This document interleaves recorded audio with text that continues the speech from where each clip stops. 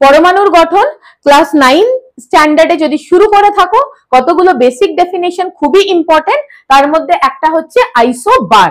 আইসো কথাটার মানে হচ্ছে সেম, বার মানে হচ্ছে মাস। তার মানে আমরা এটাকে কি বলতে পারি, কি যাদের সেম মাস নাম্বার, মানে সেম মাস নাম্বার, বাংলায় যদি বলতে চাই তাহলে কি হবে, কি ভর সংখ্যা যাদের সমান। কি বললাম, কি ভর সংখ্যা যাদের সমান তাকে আমরা কি বলবো, isobar. For example, argon 1840 and calcium 2040। So 2040 কিরম দেখতে হবে, 2040।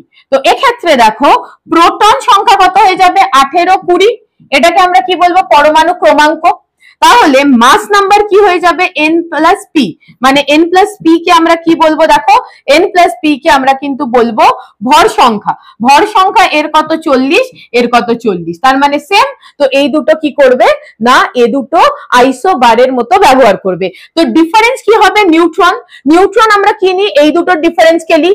এর নিউট্রন কত হয়ে যাবে 22, এর নিউট্রন কত হয়ে যাবে, এর নিউট্রন হয়ে যাবে 20।